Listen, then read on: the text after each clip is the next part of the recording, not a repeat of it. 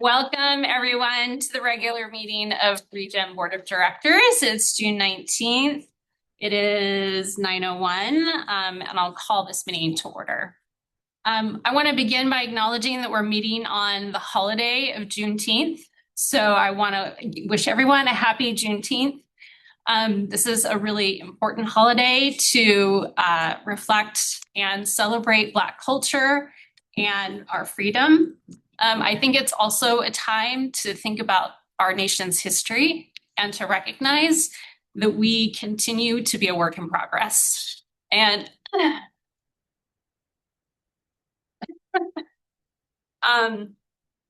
when we say the Pledge of Allegiance, when we say liberty and justice for all, we continue to strive for that.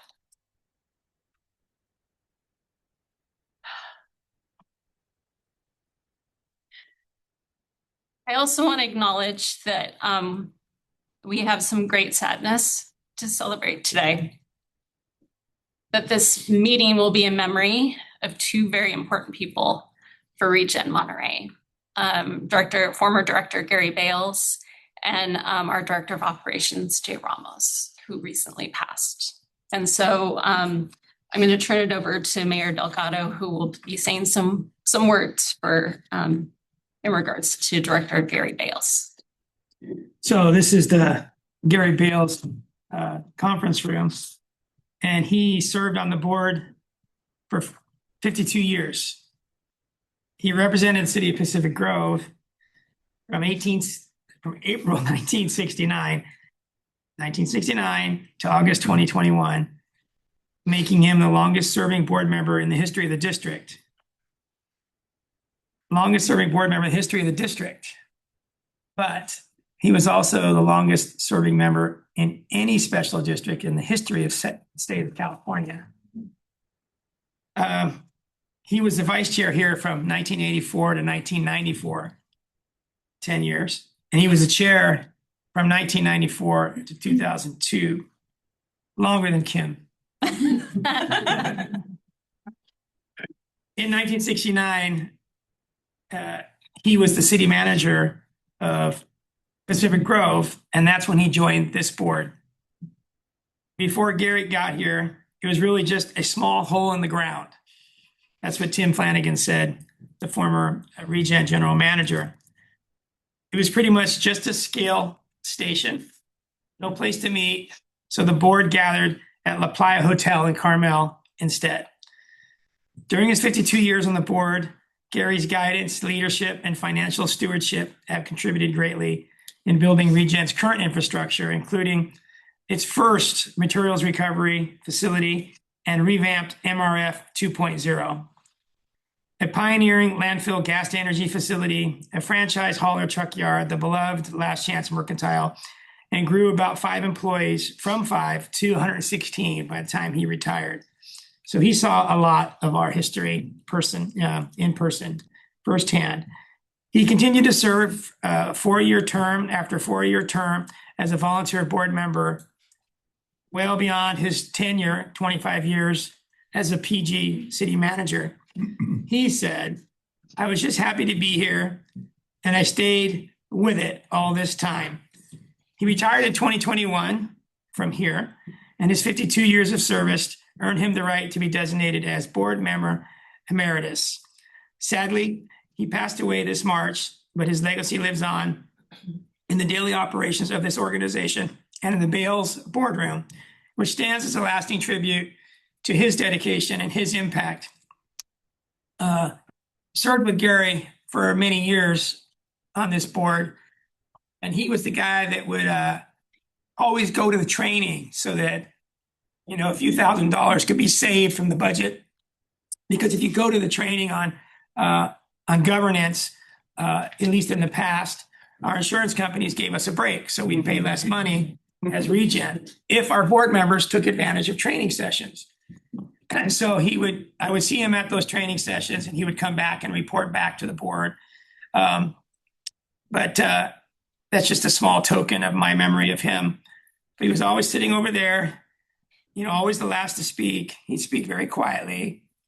Everybody would listen because, he's been here since the start. He was a very gracious, sweet man, and he had a very gracious, sweet wife, and they were just perfect for each other. You can't say enough about an individual like Gary Bales, but we'll miss him and remember him. Thanks. Thank you, Mayor Delgado. Next, I'd like to read a few words about Jay Ramos, our Director of Operations. Again, it is with great sadness that we share the passing of former Director of Operations Jay Ramos on June 2nd, coincidentally recognized as Lou Gehrig Day. As we know, he died of ALS. Jay joined ReGen Monterey in May 2022, bringing with him more than 3 decades of solid waste recycling and transportation experience from Waste Management and Bluebird Transportation. He was a positive individual and a team player. He jumped into action quickly on all projects and ideas that came his way.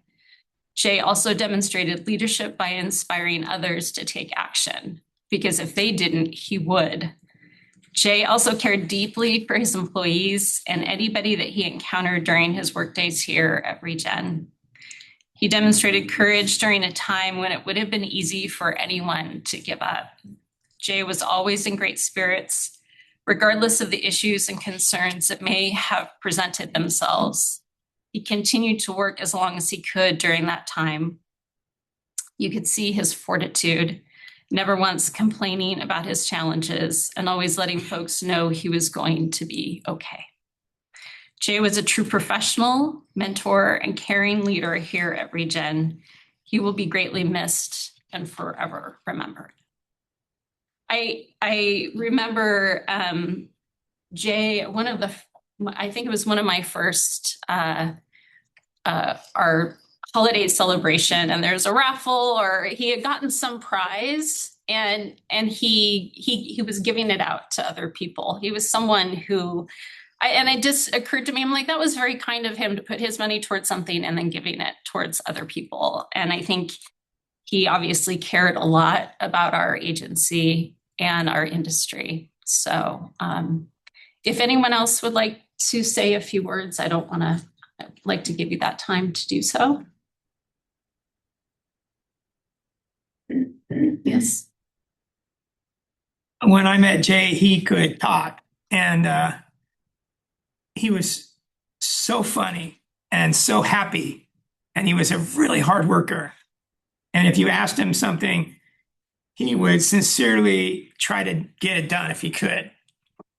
And then he lost his ability to talk, and he just as fervently would type up and show you what he wanted to say. And he didn't lose the spark in his eye. It's like he just went with it. And it was really sad for me, because who I am, whatever. But he didn't show that it was really sad for him. He just kept trucking. And he did that to the last day he worked here. And then he went home and did what he could from home. And then I guess there was a day he couldn't serve the agency anymore as a paid employee. But I remember Jay as just a wonderful fighter for getting things done. And it was an inspiration to be around him. I also want to acknowledge our general manager, Felipe, and staff. You were all so good to Jay right up until the end, visiting him and showing him your love. So I just want to thank you for that. I have a few comments. I just want to say thank you to staff. I want to say thank you for the board for the support. We got to treat Jay as a person, and we got to take care of him throughout his pathway. And we all have learned from him. I think we're all inspired. I think Eric shared a great story of his meeting with Jay and just how inspiring he was for people. And also just, again, I think he was very admirable in his pathway. Never complained, always feeling good. We always checking on him and never, ever complained about what was going on. On my last visit, his only concern was the well-being of ReGen. He just asked about people, where are we at, what's going on, tell me more. And I was just really excited that he was just still inspiring to live and inspiring to make sure that all our people here at ReGen were going to be taken care of and that he was going to be just fine. And so I'll remember Jay for just his caringness of people and inspiring of others and his willingness to get it done. And so that's what why we're still here. And this is why we're the team we are, because we are the team that's going to get it done. Thank you for both of your guys' contributions with Director Bales and also Director Ramos. Thank you. Thank you. So to honor these two men, let's have a really good meeting and let's love each other, support each other, and love our agency. Okay, roll call. Chair Shirley, Here. Vice Chair Delgado, Here. Director Blackwelder, Director Askew, Director Barber, President. Director Garcia Arizola, Director McKee, Sure. Director Fedori, Director Byrne. Here. We have a quorum. Please join me in the Pledge of Allegiance. Pledge allegiance to the flag Of the United States of America and to the republic for which it stands, one nation, under God, indivisible, with liberty and justice for all. All right, we'll move on to the consent agenda with items 5A through 5C. Are there any directors who would like to remove any items from consent? No?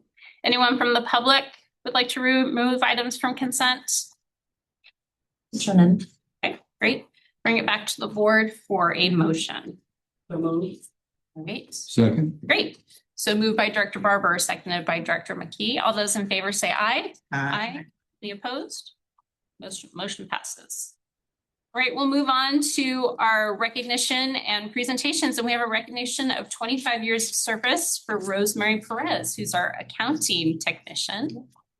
Thank you, Chair. We'll have Giselle present on Rosemary. And Rosemary, if you want to join Giselle at the same time, it'd be great. And as you guys can tell, you know, Rosemary's delivered 25 years and it looks like she'll deliver another 25. She doesn't want to. All right. Good morning, Chair and members of the board. I'd like to take a moment and recognize a very special milestone for Rosemary. She's celebrating 25 years of service with ReGen Monterey this month. And Rosemary has taken different roles in ReGen Monterey. She started with scales, then accounts receivable, and now she does payroll amongst other things. But also she kills all the spiders in the account. Because I scream. And Rosemary's kind. She is extremely, and I cannot emphasize, extremely patient. Like she does not get angry. I don't know. She always is willing to help others, and she's incredibly knowledgeable and dependable and easy to get along with. Thank you for your hard work and dedication. We truly appreciate everything you do, and I'm so grateful.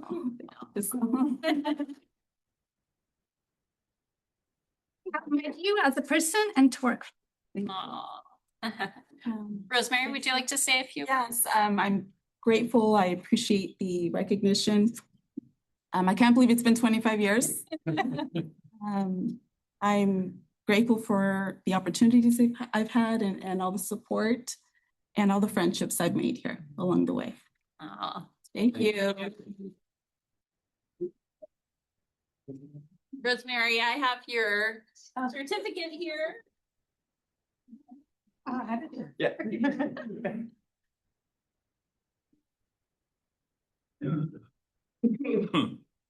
Congratulations. Thank you.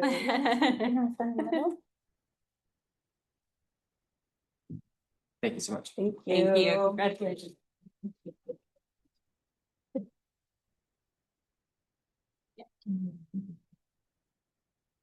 Thank you so much. Thank you.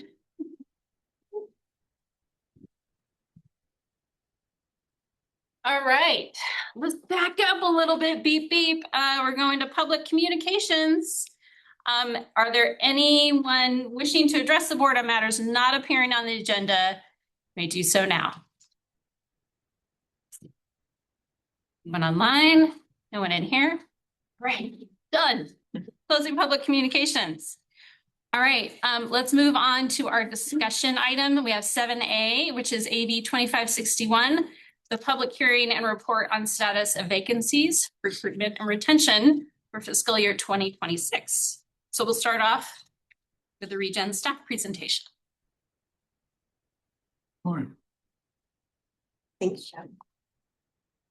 So this morning, we are going to go through the status of our vacancies, recruitment, and retention for the current fiscal year. You will see that we are doing this reporting as of May 31st. It's really important to always wrap it up timeliness wise. And so even though we do have, June, this is the most accurate representation for this fiscal year. It is something that's required to be done prior to our final budget approval for the new year. And so every year we're gonna, be bringing this to you guys. We'll try to make it short and sweet, but I think it is helpful for everyone to know, in general, public agencies as a whole have always been ones who do more with less. And so the AB 2561 actually was to address that. There was high vacancies and turnover in local government. Sometimes you get the silver tsunami where a lot of people retire and then it's really hard to backfill those positions. And so part of that is recognizing what are we doing? How are we being proactive to get those people hired? And then also where do we stand at the end of the fiscal year? So that is the purpose. We're required to report on the status of the vacancies, our recruitment efforts, and then our retention efforts. And then should any of our bargaining units have a vacancy of 20% or more at the end of the fiscal year, the bargaining unit can also request additional, more detailed information, and that's also outlined in the government code. So our position categories are our operating engineers local 3, our OE3 units, and that is 3 of our bargaining units, our operations, our allies, and our support. We also have our management unit, and that consists of our department managers as well as our senior engineer. And then we have non-affiliated staff, those non-bargained members, and that it consists of general manager, our directors, accounting manager, and then all of our confidential staff. So when we look at OE3, they comprise 87% of our FTE allocation. And you can see there on the chart, we've got the counts of FTEs based off of each bargaining unit, but they are definitely the strongest part of our ReGen family. So we'll hang our hat here for just a second. This is our actual report of vacancies. So at the end of May 31st, with each of our workforce categories, you can see the far right side is our percentage of vacancies based off of the authorized positions. It's approximate because obviously you can't have, a decimal point of a person, but we represent this in our actual authorized full-time equivalents, so those FTEs. Again, one of those bigger pieces is whether or not we have ever hit that 20%. And so since this was enacted January of last year, we have not hit a 20%. We haven't had to have additional details back and forth with the bargaining units. The ones that you will see are the higher percentages down at the bottom. That would be our management and our non-bargained employees. But you can see that the overall count of those FTEs is low. So even one vacant position there is going to represent a larger percentage. And because for instance, non-affiliated or not bargained, then there wouldn't be, any additional data that we would need. So this is just an overview of the recruitment process, just thought it would be helpful for everyone to be able to see that. I won't go into every step, but just so that you guys could see what that timeline looks like. From the time a vacancy is created, either someone gladly retired or maybe they promoted out and they found something. This is our timeline of events and how we process from vacancy to fulfillment.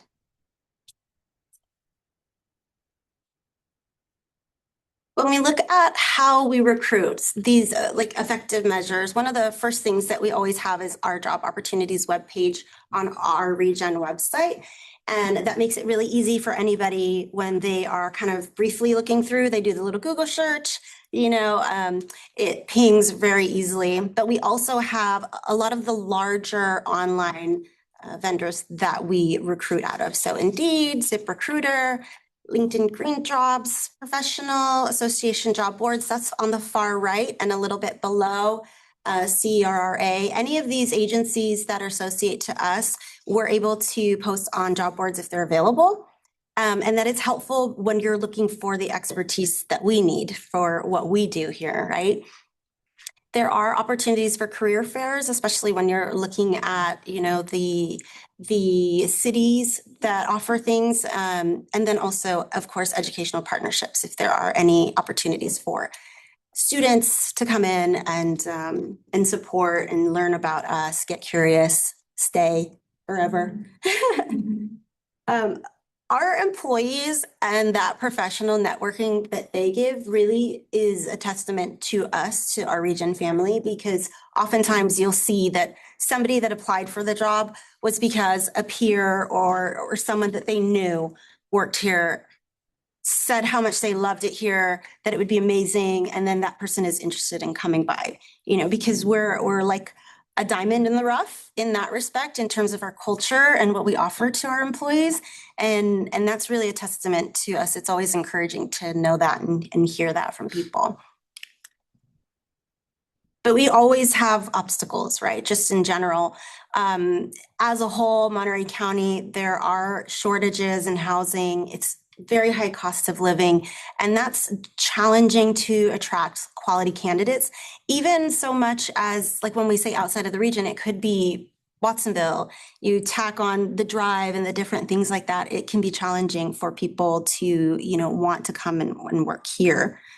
And then we have labor shortages because a lot of our positions do require a skill set that is fading quickly, unfortunately. We've seen it, all over the place, the trades, and that hands-on expertise is fading. And so it's very hard to garner those that have the expertise or the certifications already. And then some people just might see us and still perceive us as dumb, right? When we know that we're amazing. It's just that perception, right? Sometimes people aren't interested because they don't feel like they could positively say where they work. And so that's always a barrier. But when it comes to retention, we do have quite a few people that stay. And whether it is our culture or whether it is our benefits, I would just put here some of the amazing benefits that we have. I know from my own experience in other public agencies, our health benefits are very robust, and it makes for a big support to our employees in that respect. We offer, lifetime pension with CalFERS. Some of our employees maybe aren't as savvy to invest. And so this is always amazing to have an agency where you can become a member, and when you retire, know that you have that lifetime pension to support you. We offer a deferred comp match, and that starts after you've completed your first year. You automatically start qualifying for that match. So if you decide to have a 457 plan, ReGen immediately jumps in after you've completed that year one. And then things like education reimbursement, which actually is crucial that our staff know that they have the opportunity to go back to school and that we can help subsidize some of those costs. Our professional development and training, we are constantly trying to better ourselves and offer those things to our staff. And we're never shying away when they ask for more things, especially when they're trying to build their capacity and their scope. And we always try to look internally. Back in that prior slide, when we were talking about the hiring process for our bargained employees, we always post our available positions internally first. And so it's that priority measure, because if we have amazing people within our organization, within our family, then giving them that opportunity, waving the flag so that they notice it, And then lots of different employee engagement initiatives, things going on all the time throughout the year. Those are just things that aren't something that you would put on a job flyer, right? But they are valuable to our staff. We also have our comp philosophy, which really poses us to be competitive in the market when it comes to salary. And the whole purpose of that is internal equity. When you look at the opportunities for salaries to compress externally as you're comparing to peers, right? That's what everybody's doing, is looking at the other person's salary next door or across the way. And so it's really important for us as part of our cycle to do these comp studies to make sure that we remain in alignment, that we as an agency are trying to always put our staff first and making sure that we stay competitive. We don't ever want to be behind the curve. It happens, but we always try to maintain that. And so we just feel like it's responsible stewardship, because at the end of the day, it costs a lot more to continue to have turnover rather than to retain good people. So the last total comp study with the majority of our units was completed in 2024. And on average, when we were looking at all of the salary comparisons, we were approximately 2% above the market on base salaries. And our total comp, which is comprised of, the thousands and thousands that we contribute to health and all the other various benefits aside from salary, we were 2.5% above market. When we look at continuity as a whole, we are always trying to make sure that if there are vacancies and we've had challenges trying in hiring, that we get temporary staffing if that's needed. And that's where I think sometimes situations get deferred. And we've always tried to be really proactive about that. If there is a need and we're struggling to fill, then to get the support needed. We also try to cross-train our staff.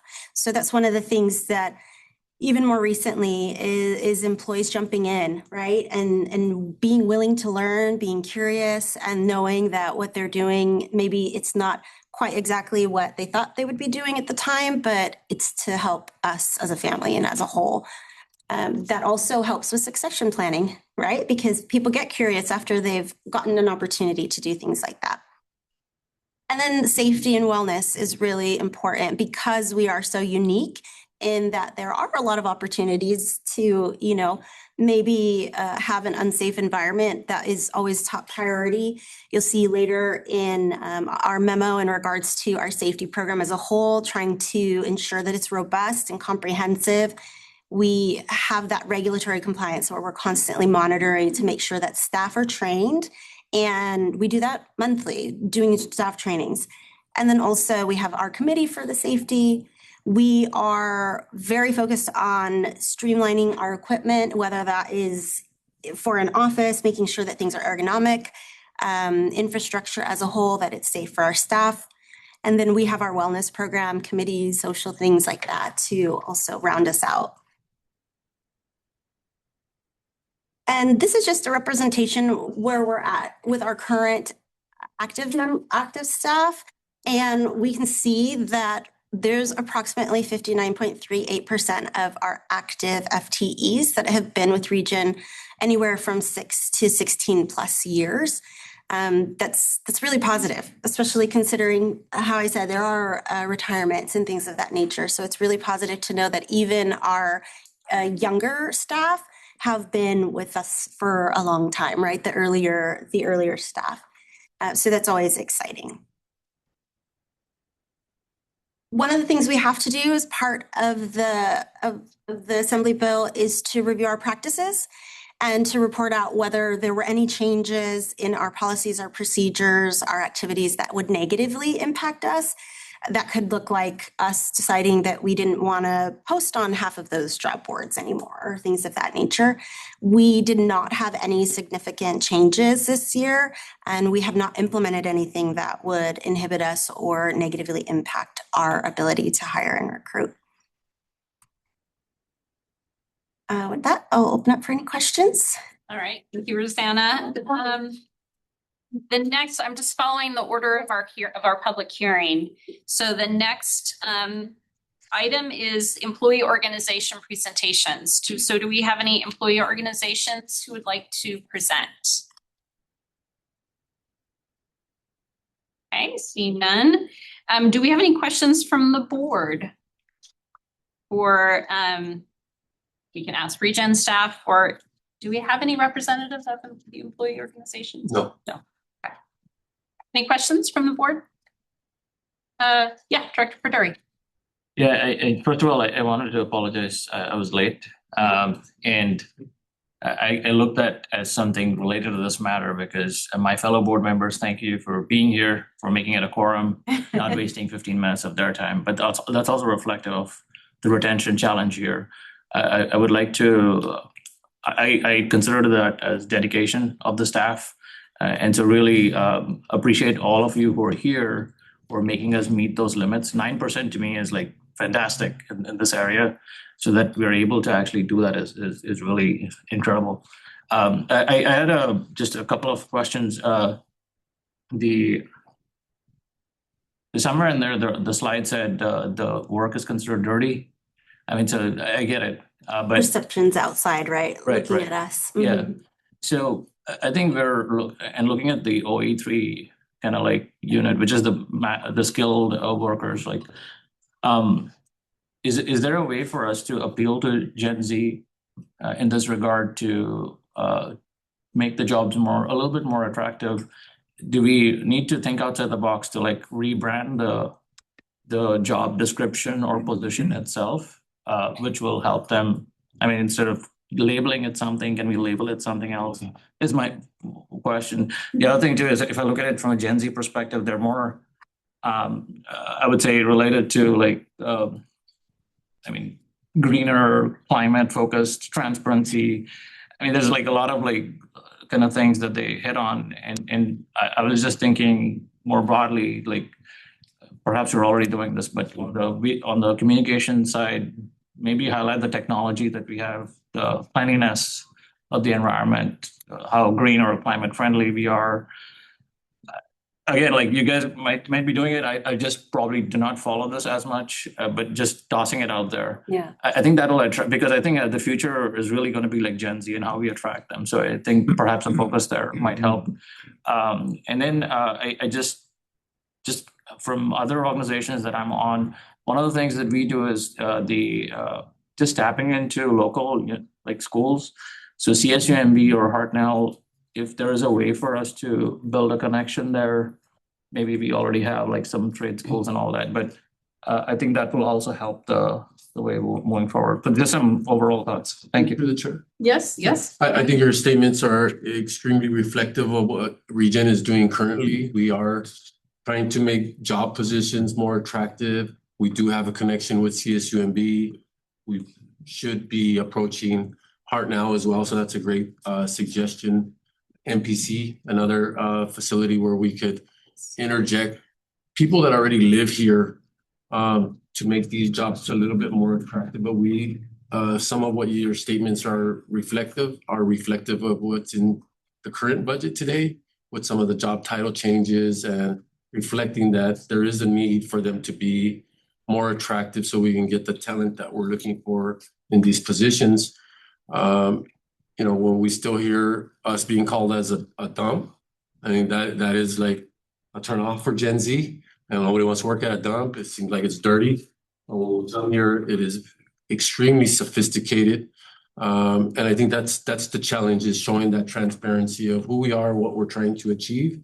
Our mission is excellent. I think our guiding principles are excellent. So we've refined a lot of what you're reflecting on that we should be incorporating into our budget this year. So thank you for your suggestions. Sure. Yes. Yeah, I think Chaps has a really good point that our future is going to be the people who are very young now.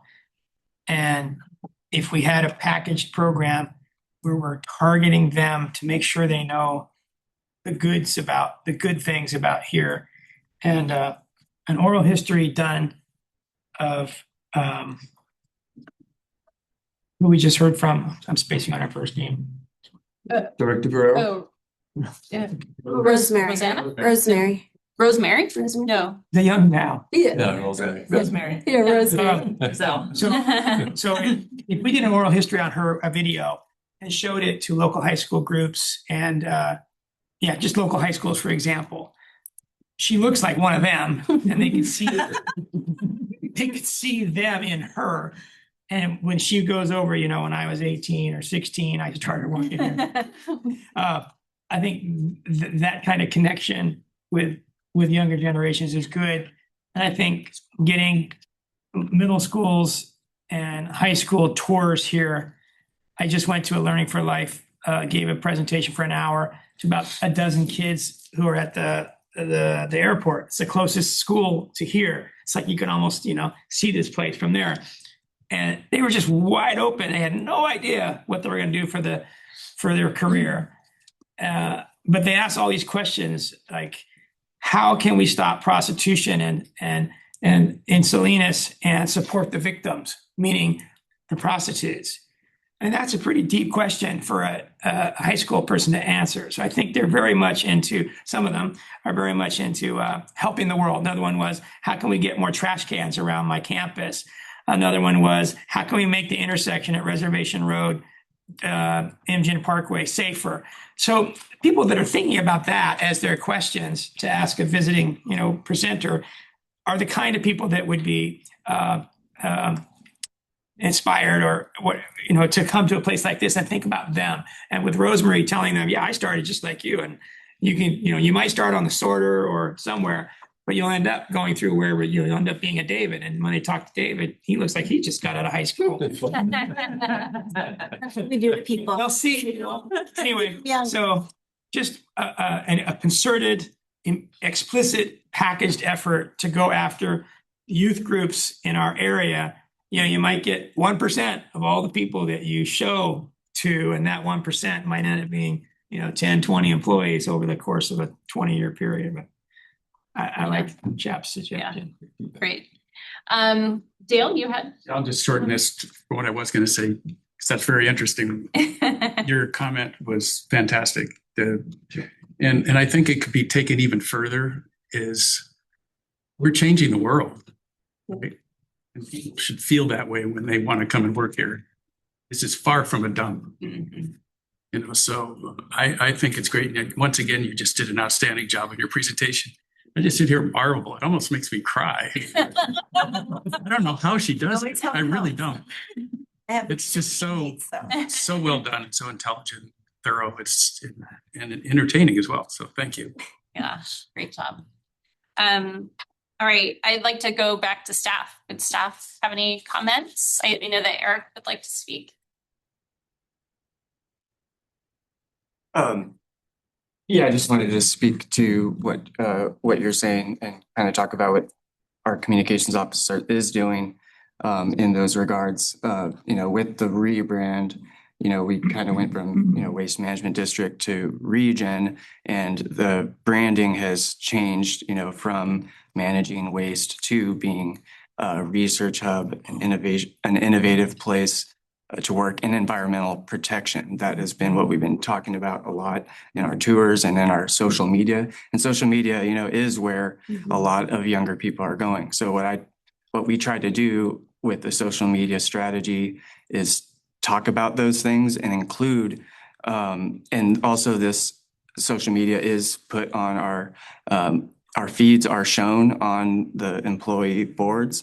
So a lot of the language that we're doing, including those entry-level jobs in the landfill and sorters and jobs like that, is trying to emphasize how it's public service, as opposed to maybe a private agency where it might be different when you're working these dirty frontline jobs. We try to impart on our entry-level staff that they're doing a public service and that they are contributing to our sustainability goals as a community. So I just wanted to emphasize that. In our tours, we do bring in, we don't do as much, elementary school tours and things like that because of capacity, but we do prioritize NPC students coming, CSUV students, and I really enjoy that we bring in Rancho Cielo. And what we try to tell them is, look, and then when we do that, we bring in these senior folks like Leo and Jimmy, they're supervisors at HHW and at our plant. They started out as sorters. So they can talk to the students that come here, and we have them speak during these tours to say, hey, look, I came as a sorter, and this is a place where you can get trained to get certifications to use heavy equipment and things like that if you show interest. And I've seen that. And so they are able to say, hey, look, you can come here and start out as a job picking up trash and around the site, or being a sorter, and we see those people as supervisors. We'll be with the 75th anniversary. We're going to have a new video that kind of talks about introducing us again as a place that is doing environmental protection and public service. I just recently did a LinkedIn session at a conference for our profession, and the LinkedIn session, that's a recruitment effort. So what we're doing on LinkedIn is talking about, so when we do those job, instead of just job applications, we're talking about those elements of public service and environmental protection and innovation. So during my session, I was imparting on other government agencies to use that kind of messaging and storytelling when you're doing recruitment. Thank you, Eric. Any other comments from staff? I will say today when I walked in, I noticed the little globe. I for some reason, how something could be there forever and you don't see it, and then all of a sudden you notice it. This morning I noticed the small little globe that, and on it says it's a small world, recycle. I'm like, yes, that's right. We're saving the world. That's a thing, right? And so I do think we have a very special place, and to be able to celebrate that as we recruit and talk about ourselves. Oftentimes when people say like, oh, you're on the city council, I'm like, yeah, but you know what? I'm on the board of ReGen Monterey. And they'll say, oftentimes I have to say that, they'll say, oh, what's that? And it's not something that they immediately know what it is. I did say it today or this week to someone, and they said, oh yeah, they're doing a fantastic job with their composting. So I was like, hey. Turned out her father was an environmental studies professor. So, but I do think what we do here is really special, and to be able to celebrate that and reach out to people when we're recruiting is important. So, with that, I'll open this public hearing to public comment. If there's any public comments on this item. Any online? No? Okay, I'll go ahead and close public comment. And I guess that ends our public hearing. So thank you very much. All right, we'll move on to item 7B, which is adopt resolution 2026-03, approving our final budget for fiscal year 26-27. Back to Rosanna again. Sorry, guys. Job. You won't have to see me for much longer. You'll have to see that. So this one also will be pretty brief. We're just going to go through the first couple of slides in terms of what has changed from draft till now, and then incorporating in the personnel memos that were added to the budget. That is something that we always add every year. It's just like a two-part process, right? So the first slide is just a summary of changes over our draft budget. One of the larger pieces was recognizing that final CPI where we landed. We had started with a budgeted amount of 3% and increased it to the 3.8 as the San Francisco Urban has 3.8 for April. And that is always the month that we use and the area that we use. Our allies negotiation assumptions were refined just to prepare because we didn't know where we would get at the end of it in terms of whether or not we'd make this board meeting, but we did. We'll talk about that later. I got another one for you. And then just in general, the employment costs increased by 171,000. The net income decreases because we increased our expenditures. So that went from approximately 18% decrease over fiscal year 26 to a 24% decrease over prior year budget. We aligned our reserve projections to match up to the project timing that we had. And then you'll see the org realignment to address those strategic priorities, succession planning, and to support our overall long-term growth, right? Because we're going to be here a long time. When we look at the 3-year outlook, The impact of those things in the current year compounds over the next couple years. There is a larger reduction of the unrestricted cash in 28 and 29 because of that reserve alignment, but a positive outlook or change in fiscal year 30. Again, the 3-year outlook is what we project, but it could change at any time, right? It's just like a balance sheet.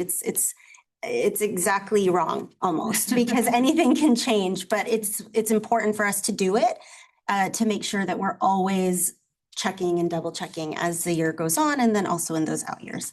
So the overall outlook is unchanged. The planned expenditures, our reserve funding, it exceeds our cash generation. And all of the latter slides have been updated based off of those new numbers. So when we look at the org alignment, here on the left, you'll see the general consensus of what went on. We are requesting, and you'll see it in the specific memo, to reinstate the assistant general manager position. There was department restructures in HR, finance and accounting, communications, scope alignment for our safety and risk, and then also operations title alignment. Over on the far right, our net staffing impact has dropped a little bit from the 140.25 FTEs, and we are requesting 139.5 FTEs for the new year. We are being conservative, and so some of those changes are still like within the budget for the purpose of just being cautious, right? We want to be conservative in terms of our expenditures and everything that we're doing. We're trying to right size as much as possible, but understanding that, again, things can change rapidly, right? The new bills come in and things like that. So I did put that note at the bottom that the specific details of each of the alignments is included in the employee comp and benefits budget memo that is inside of the budget. That is on page 50 of your board packet. So I apologize for how small it is. But in your packet, or if you pull it up the PDF, you'll be able to zoom it further. This is the proposed org chart for the new fiscal year. So all of the requests that we have in that comp memo are shown here just in general in blue. So this is a representation of our actual FTE count for the new year. It's not like a vacancy report or anything like that. And you'll see all of the areas in blue are the impacted ones from the memo. Either it's a title change or it's a reclass, movement in terms of reportings. And at the very bottom, you'll see in green all of our departments. That's that 139.5 FTE. Each department specifically also has their total. So you'll see like for the admin, finance, accounting, HR, safety, we lump all of those in. It's including assistant general manager position. That's like 15 FTE. You'll see it at the very bottom of each of those nice rounded boxes. So that is the proposed for the new year. And then this is just the overall summary. So from here forward is just all of those numbers refined based off of the change data from draft to final. And with that, I'm going to open it up for questions. Anything that you guys have? Yes. Thank you for the report. I was trying to figure out with the power revenue being down 10.1%, due to the higher repair and maintenance. I was trying to figure, is that normal with the amount of repairs and maintenance? Is that something that we're seeing a pattern with, or is this something that is a one-time condition because of something that happened? Yeah, so it actually is normal. All of our engines are extremely large and you can't have all of them running. Like you have to alternate in terms of repairs. So we project that as just like that worst case scenario, that if we have certain ones down that we're alternating and fixing, whether or not we would be able to generate and catch up for the other. But I don't know if you want We to. have Director Ramirez that wants to chime in. I mean, that's accurate. And also if the engines are aging, so there is some downtime expected in just being older engines and needing a reinvestment in them to bring them up to the current run commitments that we have. So it's an ability to perform better is what we're And is trying to there a do. reserve for that? Is there a reserve, operating reserve? Right, since the engines are aging, and that's something that in that particular venue with the power is something that would be expected. Is there some sort of reserve as far as for like repairs and maintenance, or does that come out of the general? Well, we always have the operating reserve, and the plan is because we have this 10% in there that we wouldn't need to dip into those reserves. So it's like pre-planning that we're expecting to have some of those interruptions. Okay, and so do you think that would continue to increase for, FY 28 as If well? I could just jump in, I first of all, I want to acknowledge Tom back there. Tom is our power systems manager.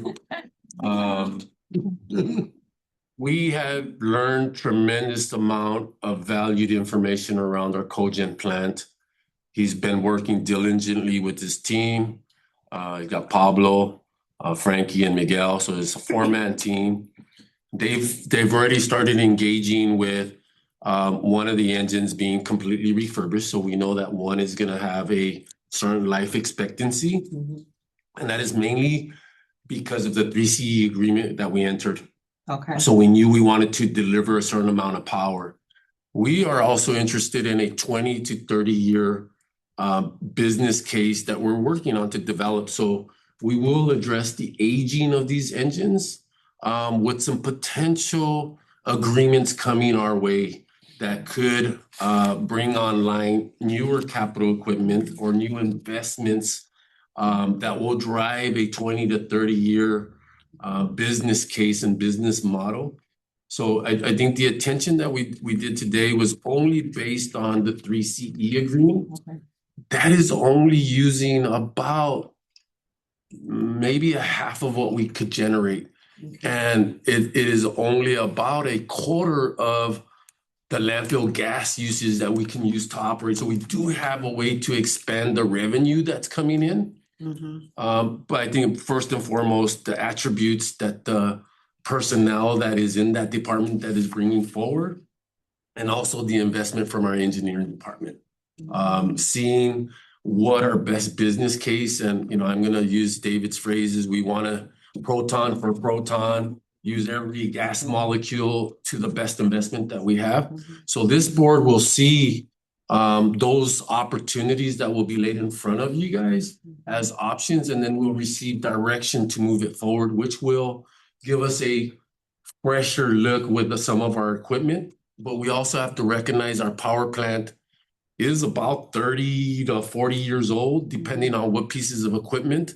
And we've done our best with the tech and the availability of our capital infrastructure, our SIP program, to keep it going. And so if we could enter into these agreements and find that business pathway, we'll see maybe new engines or maybe a new technology that we could invest in that will deliver a longer period and see a reduced cost investment. And there's other opportunities with gas cleanup to clean up the gas even more so that will dwindle.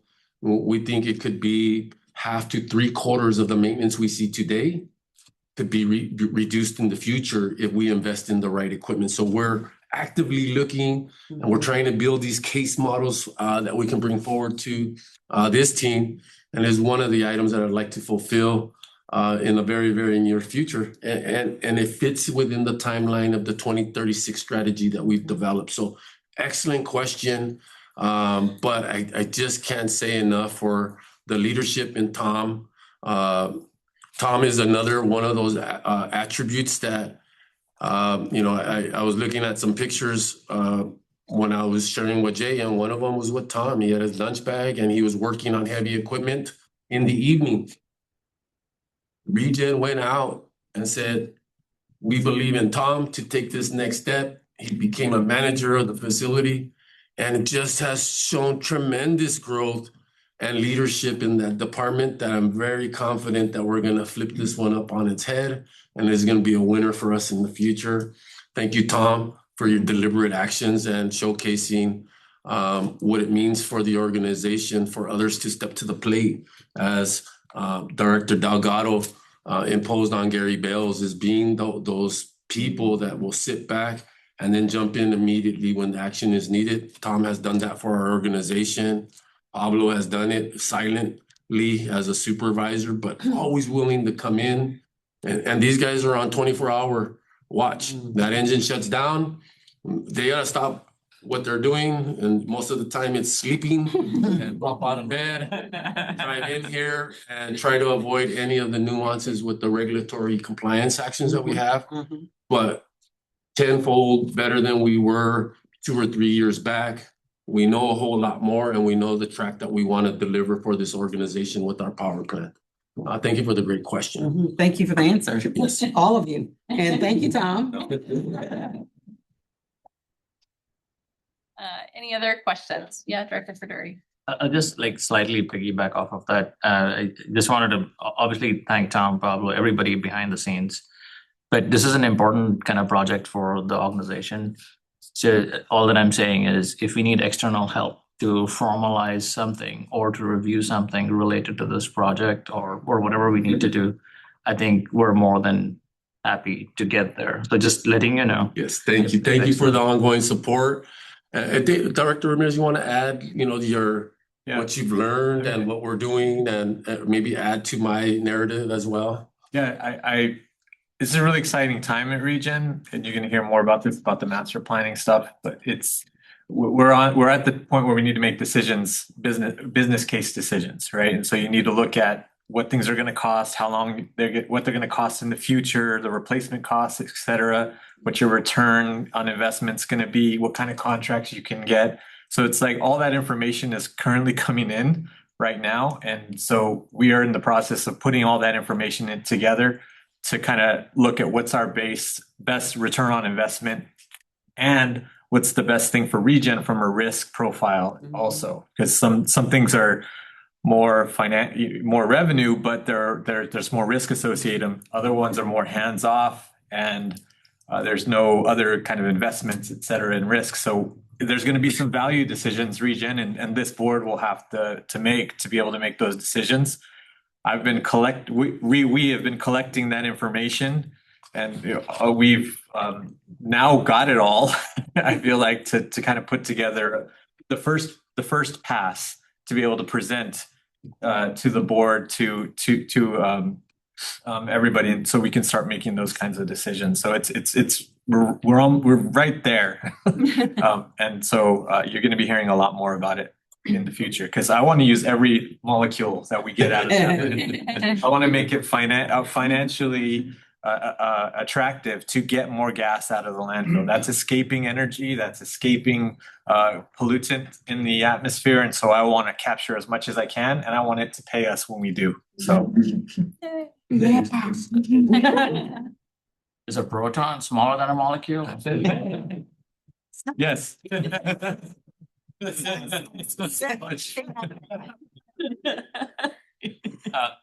think the other thing is just a couple of call outs is as a banker, that debt service ratio, that's fantastic. I mean, I know you're talking about risk, but that's fantastic that we're actually maintaining that. And I personally have not been involved in any kind of board where I've approved $11.5 million infrastructure kind of plan for just one single year. And I just want to know, does this involve ribbon cutting? Basically that we're doing this, but appreciate everybody that's going on to this. Thank you. Dr. Byrne. Yeah, so a month ago, 5 weeks ago, a group of us from different organizations around the county went to Joby, and I had never been there. You've been living this for a while. But I looked at the business case, the business problem that they're solving, and it's fascinating because there's so many different pieces to it. And I never really thought about it till this morning that this is a lot more fun than Joby, right? Yeah. But it's just, they're all over the world. They're having these charging stations, and they've got to, it's so many pieces. But this is a really complicated little company, and to hear it being talked about and look at the budget, it's really something. So thank you. I had some comments trying to summarize everything that I'm learning and seeing for this budget. And it's alarming that the net income is down 24% for next year, what we're talking about compared to this year. But that's, to me, more than compensated for when that decreased net income is still positive at just a little over 2 million. So there's not a net income problem, even though it's down. We have approximately 120-year landfill life with this budget. And I think our policy is no less than 75 years. And so that's one of the bottom lines. It's probably the biggest bottom line. That's how it all started, right? So obviously there's play there, that tension or push and pull between bringing in, selling our landfill space to keep rates down and keep our budget healthy. There's always going to be that push and pull. And I'm really glad that we have a white paper that dives into it, that can be updated with, as things change. And I'm really glad that we have some financial guiding principles, so we have some documents on the shelf that are accessible for us to consider when we consider meeting our challenges. I want to point out that the assistant general manager position is going to cost some money. And we used to have an assistant general manager back in 2016 costing us money. When we terminated that position, we saved that money and we put it into upgrading managers, 2 of them, into directors. So that money was spent. We said, we don't need the money at the AGM. We need the money here at the 2 director positions. So it was like, oh, okay, we're just reorganizing. In this budget, we're putting money into assistant general manager position, but we're not taking it from anywhere. We're not reorganizing. I mean, we are, but so we're bringing back a position that was eliminated for efficiency purposes to increase 2 managers. So we're adding this assistant general manager position. It's going to cost, $300,000 a year all in, something like that. And then if that general manager assistant can't do everything we need, then we have funding in this budget to let go of to hire a director of operations, a position that we don't have filled right now. So my overall point is that we're increasing upper management positions because our upper management believes that we've increased our workload so much, high level workload for planning and stuff, that our general manager, Felipe, as he says, he's running down the ladder to take care of things. And when he's down the ladder, he can't do the stuff that are his primary responsibility. And so because of that, increased, it's a subjective, perceived, and experienced increase of workload. We need more upper management positions. But I just want to be aware of all that as a board so that we all know what we're doing, why we're doing it, and that we can defend it. Not that the public's ever going to ask, about how many upper management positions we have, but we know that the public does care about topsy-turvy, too much money going to the top, not enough, line staff. And so it's our job, I think, even when the public's not asking, to be aware of what's going on, because we agree with that, right? We don't want to have an unnecessary top management. And I don't think we do, but I think it's really good that we're aware of what we're doing. The last thing I want to say is that I think we need a 1-sentence elevator speech for ourselves and for the public, because like Kim said, not everyone knows who we are. But once you mention ReGen, it'd be nice to have, some kind of a sentence. And in this budget, the closest thing I come to with that is our future outlook. Rosanna did a really good 2-page memo that summarized our budget in English and, in text. And she bold fonted what I thought would be the take-home message. And it's ReGen is projected to generate positive operating revenue and maintain its ability to contribute to reserves in accordance with board policy. That's in bold font because I assume she wanted to speak to the whole. And we had a lot of discussion about this in the finance committee. And I don't think it speaks to the whole in a way that all of us can relate to on the board or everyone in the public can relate to. Because when you talk about generating positive operating revenue, that just means that you made a buck. That's non-zero, that's non-negative, that's positive. So positive operating revenue doesn't mean much if your expenses are more than that, because now you're in the hole.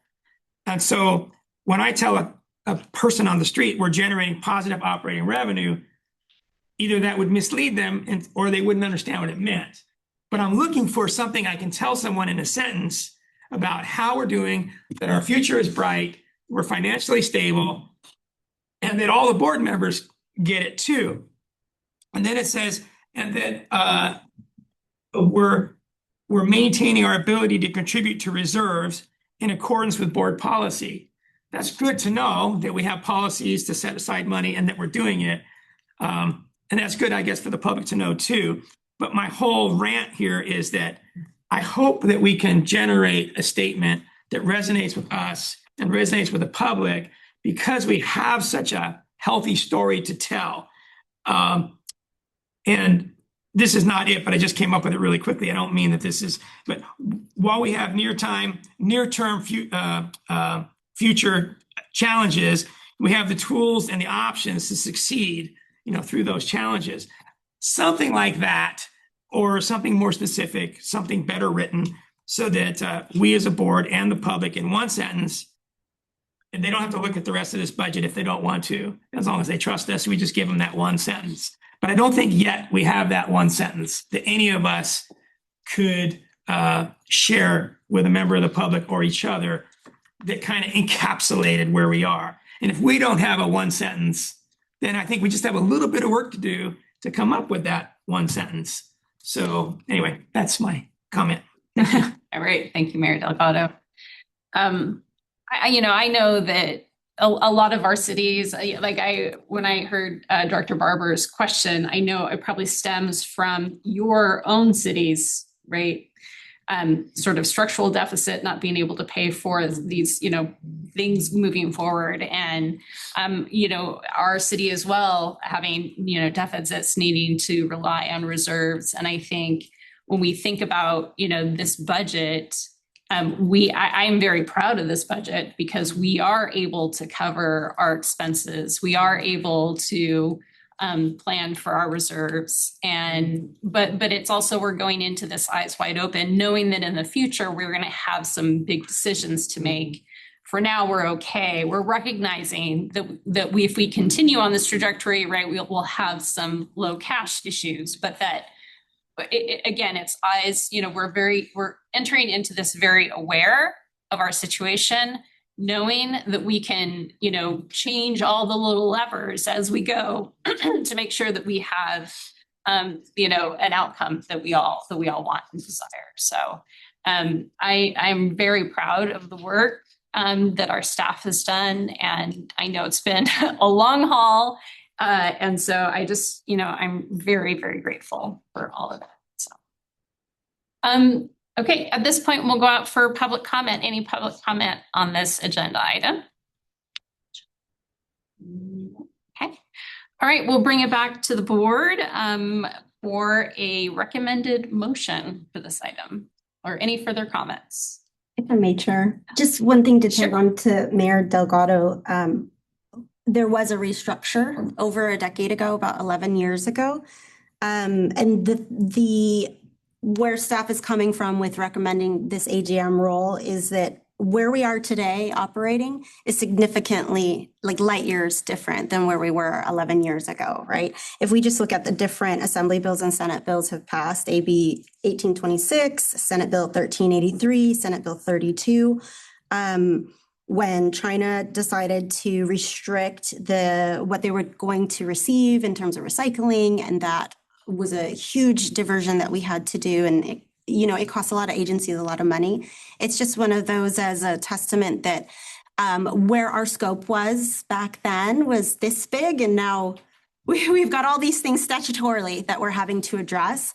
and make sure that in these future years that we are sustained financially or secure, but also in terms of leadership, because one of the things I shared in Personnel Committee was that the prior two assistant general managers succeeded into the general manager roles. They had the knowledge, the know-how, the grit, and they stayed in those general manager roles for multiple years. And the sustaining of our leaders, really, it flows from the top down. So making sure that we have that succession plan in place to where that person is garnering expertise from above and also going below between all the directors and boots on ground was where we were going with it. But I appreciate his comment in terms of like our history as well. Great, Thank you. yeah. No, I'm very happy that we're adding the position of assistant general manager. I think it's absolutely necessary, so. good Sure, planning. just one more set of comments, and I shared this in both the finance and the personnel. And there was three aspects of the budget that are not presented anywhere in the budget themselves. One was the world uncertainty that played a big role in why our budget looks the way it looks like. We had to put our positions around fuel, labor, cost of commodities, and hopefully that uncertainty evaporates. That would be one huge contribution right off the bat to the budget.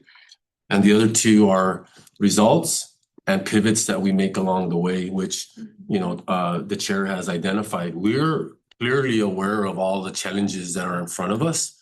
And I think that's really what makes this budget unique. It doesn't look like we're gonna do well year over year, but those three items will be a big play as we approach every month of this next fiscal year budget. And I really believe that the world uncertainty will play a big role in what that result is. But also we already have plans like David's talking about what we want to do with our power plant and the landfill gas. We can see some trajectories. We're looking now still about 9 years ahead of where we're at today to seek the results that we want to get. And I can clearly really identify today is that we will need more revenue in the future. So once we get done here, come back in August, we'll be talking about how I do that and how do I go perform that. So I really appreciate all the comments and the feedback around the budget. But the team has done an extraordinary job to achieve a budget with all the personnel challenges and changeovers that we had starting last November. And Director Guerrero putting forth a lot of extra effort. Her team, Rosanna, Fatima, Giselle, the finance team, everybody played a big contribution to building this budget today. I'm very excited where we're at with it today and looking for the results this time next year. So thank you. Thank you. All right. If there are no further comments, I'd be happy to accept a motion. And we'll recommend action. Right. Second. All right. So we have a motion by Director Pastori, second by Director Barber. All those in favor say aye. Aye. Any opposed? All right, motion passes. Thanks, everyone. All right, we'll move on to 7C, authorized contract with emerging acquisitions. Procure and install material recovery facility programmable logic controller and motor controller upgrades in an amount not to exceed $552,000. Super exciting stuff. I'm assuming this is all you, David. I think it would be Director. Yeah, it's a mouthful. We're spending big money. It must be David. Well, I appreciate Rosanna's work on the budget because all these next few items are all budgeted. They're all planned for in this capital improvement plan. So with the adoption of the budget, we now have these projects on the shelf and ready to go and execute. This project is for the material recovery facility. The equipment that is in there now was originally manufactured in 2015. And put into service in 2017 when we opened MERP 2.0. And, it's almost 10 years old, that equipment. So some of the components have become discontinued, et cetera. And that included some of the PLCs and the motor controllers. So what we've seen over the past couple of years is that these PLCs and motor controllers have failed kind of one by one, and they haven't been readily available in the market to replace them quickly because they're discontinued. So to avoid a full shutdown of the facility as these things fail and need to be replaced, we're recommending a full replacement with new equipment. The PLCs are like the brain of the MRF. They make decisions depending on the equipment and how it's running. The motor controllers are the muscles, so they actually move the motors. So this project will replace those elements and avoid a potential shutdown of the MRF, and we can do these replacements in a controlled manner. So that's what's for you. All right, thank you. Are there any questions from the board? No. All right. We'll go out for public comment. Any comment on this agenda item? No? All right. Okay. We'll bring it back to the board for further comments or a motion. We'll recommend action. All right. Second. We've got a motion by Director Perduri, second by Director Barber. All those in favor say aye. Aye. Any opposed? No. All right, motion passes. Thanks. All right, move on to 7D, authorize the general manager to contract with Geologic Associates Incorporated to prepare landfill master planning and landfill liner design services in an amount not to exceed $485,740. Similar report.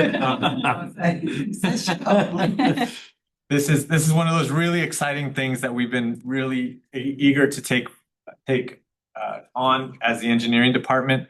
It's the next liner for the landfill, the design of that, and also a master planning task that will lay out the future for the landfill, develop timelines for when things need to be developed, et cetera.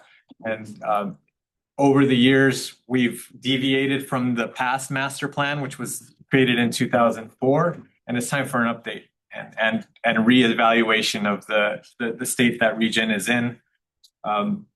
We have a consultant, Geologic, who we procured through a qualifications-based selection. We had interviews, et cetera, and we're very happy with the selection.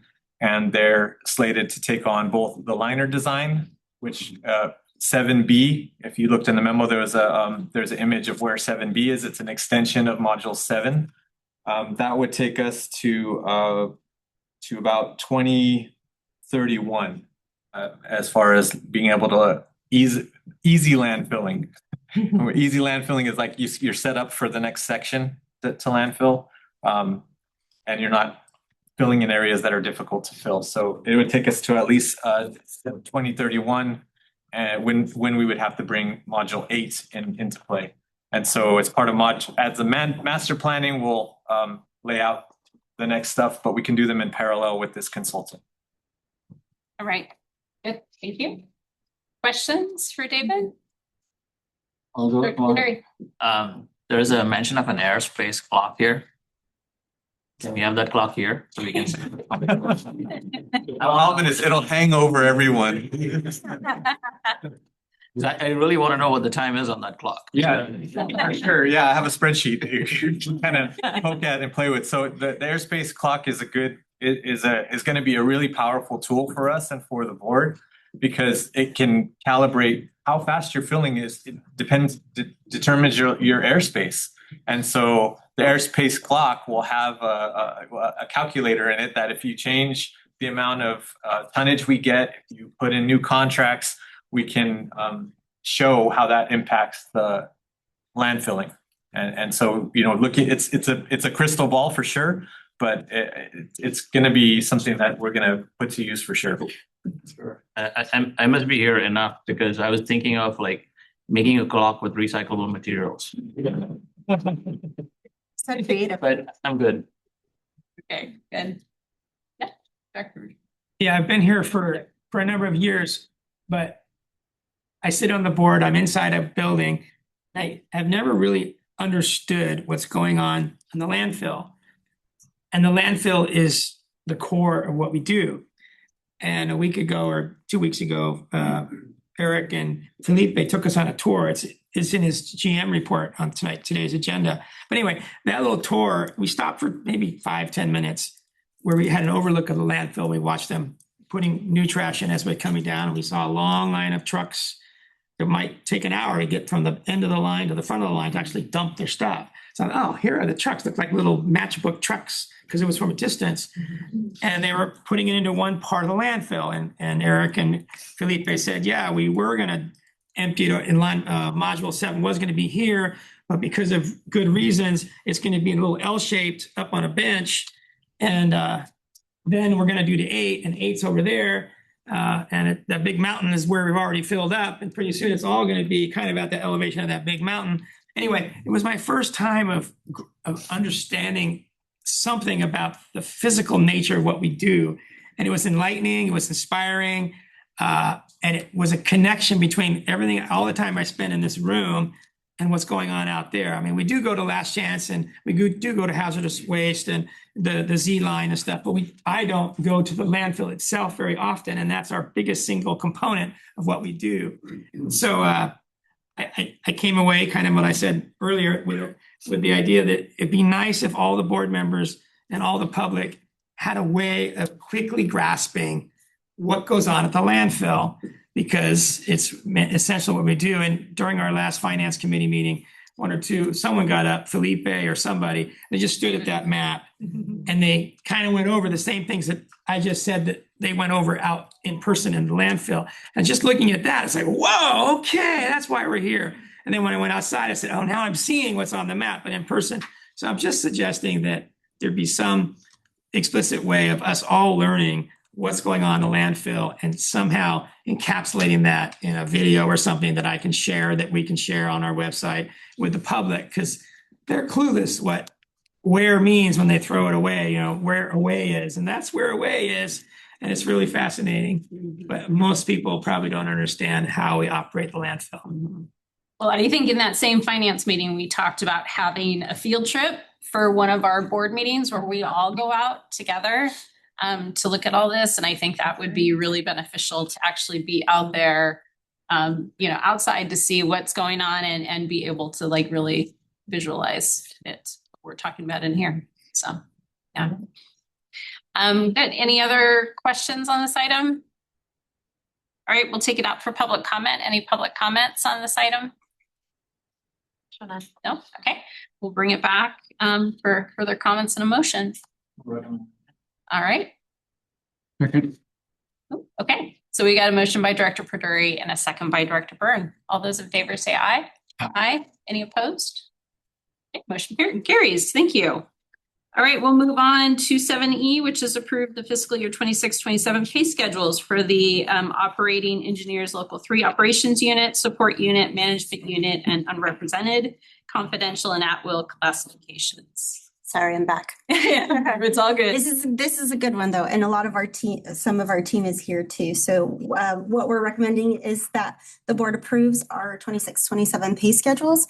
You will see there are actually 2 separate items, and that's because of negotiations. We wanted to make sure that we were able to wrap in the MOU and the salary schedule for our allies unit in the event that we were able to ratify and everything. So that's why it is separate. Usually we would have all our salary schedules in one approved motion. But we are looking at a 3.8% for 26-27 for all of our teams. You'll see our OE3 operation support, and then our management unit and our non-represented staff all are recommended for that 3.8, which is that April 2026 CPI that we saw come out. All right, great. Thank you, Rosanna. Questions from the board? No? I just have a quick comment. Sure. Obviously, we have a lot of employees here, more than we normally get. It's good to see you all. Thanks for coming in for this item, but just thanks for being here and thanks for what you do. Same tour I took when we also went to the material recovery facility, the MRF, and hazardous household waste and Last Chance. Those are each amazing places, and it blows me away when I see what's going on in each of those places. When I look in the hazardous household waste and I see all the batteries and light bulbs and what goes on in the back room there to get all that stuff where it needs to go. And when I walk through the Last Chance, when I take the tours at the MRF, every one of them just is a wow experience. And you guys are doing all those services for our community. I just want to say I appreciate what you do, and I'm glad that you're here today. It's good to see you. Thanks. I agree. All right. We'll take this item out for public comment. Any public comment on this item? Okay, we'll bring it back for further discussion or a motion. Recommend motion. All right. Second. All right, moved by Director Barber, seconded by Director McKee. All those in favor say aye. Aye. Any opposed? No. Motion carries. Thank you. All right, and then we'll move on to our final item, 7F. Approval of the Allies Unit Memorandum of Understanding and Pay Schedule for fiscal year 26-27. So excited to present this one. We were able to close negotiations with our allies unit, and this is their ratified MOU as well as the pay schedule for the new year. It encompasses everything that was within the negotiations, and it's really great. Yeah, I want to say thank you. Appreciate the team's effort. This one definitely came down to the wire. I'm very pleased that the Allies unit voted in favor to ratify the agreement. 32 out of 32 yays in favor of the proposal we brought to the table. We were on a very, very tight timeline. I appreciate again Director Guerrero's efforts to get all the data to the union, to the Allies unit, get the stewards that were supportive of it, explaining it to the unit, and the unit being strong, made a decision as a team, as we would expect them to. And I think it's a rarity when you see a perfect 32 out of 32 attendance vote in favor of our agreement. So really, really nice job and nice efforts from all the teams. OE3, Michael Moore was very businesslike in the appropriations of the request. It took us several times, and there were some incidents where we felt we were not going to make it, and we pushed and we pushed and we pushed, and we got to the finish line. I'm very happy that we got ratification of this, and upon board approval, we can implement July 1. Thank you for the efforts. Great, thank you. Any questions on this I would just like to second the efforts here because first of all, getting it done in time and before the fiscal year wraps up is a thing. And I know there's a lot of employees involved in this, so I appreciate everybody coming to the table, working with us to make this happen. Thank you.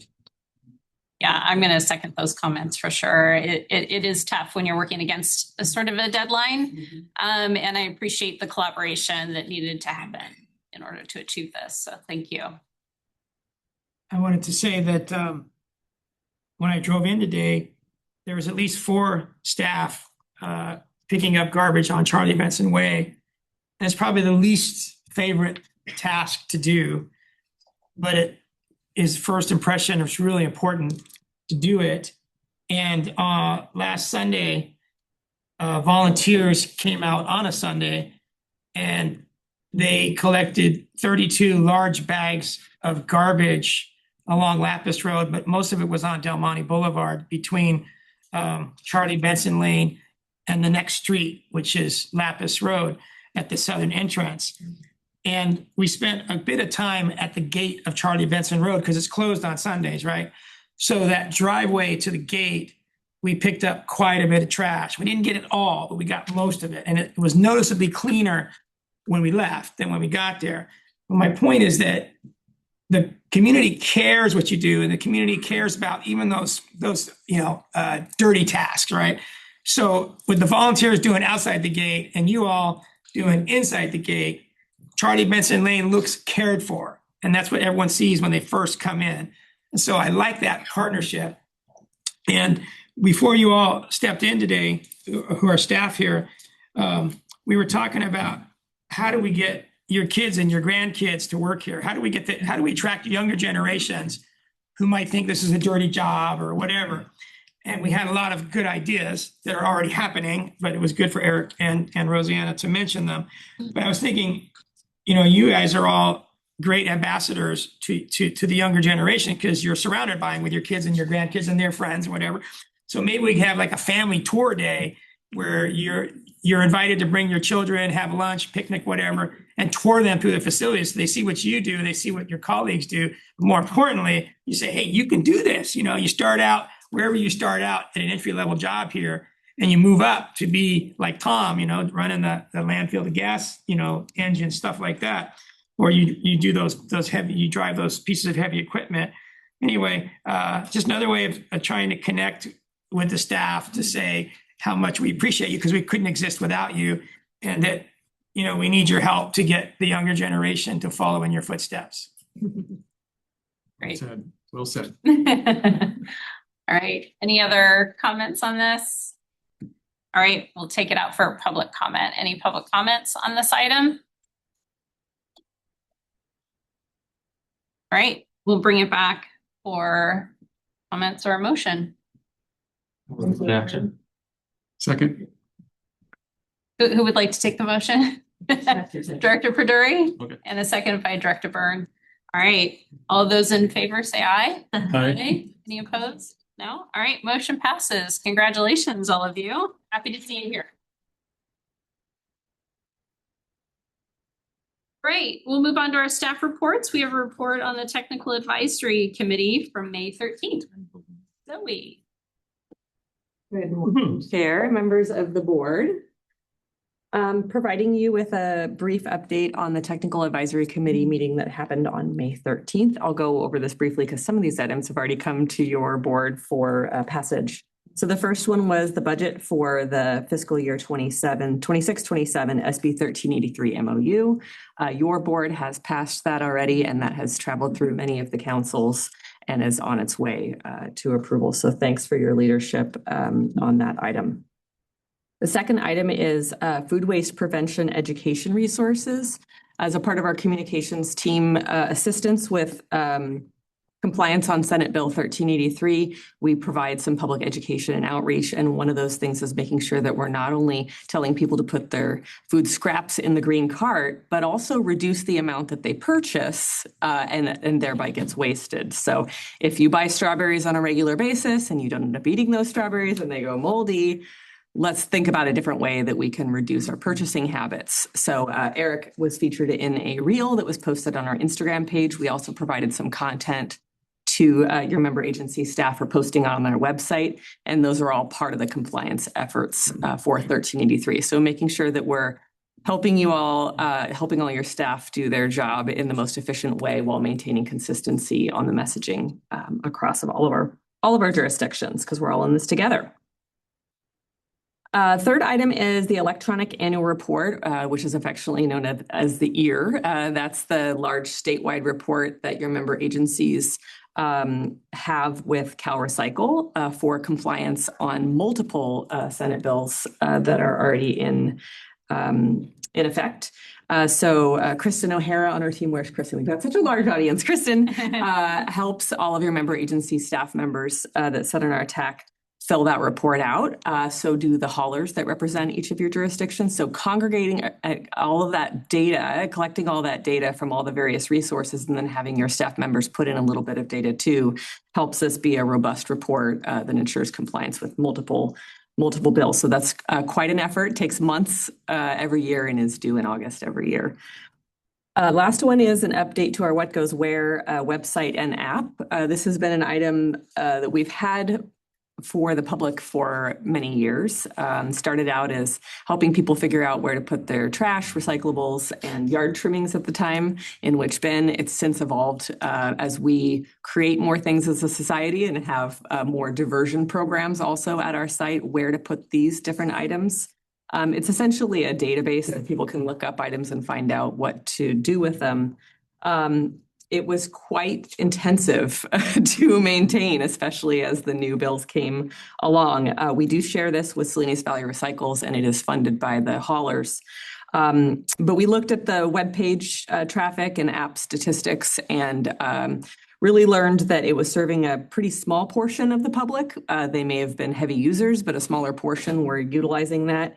And it took quite a bit of effort to keep that updated. So we're pivoting our education resources to ensure that the haulers, as per your contract with each of them at your member agencies, provide that direct to consumer outreach.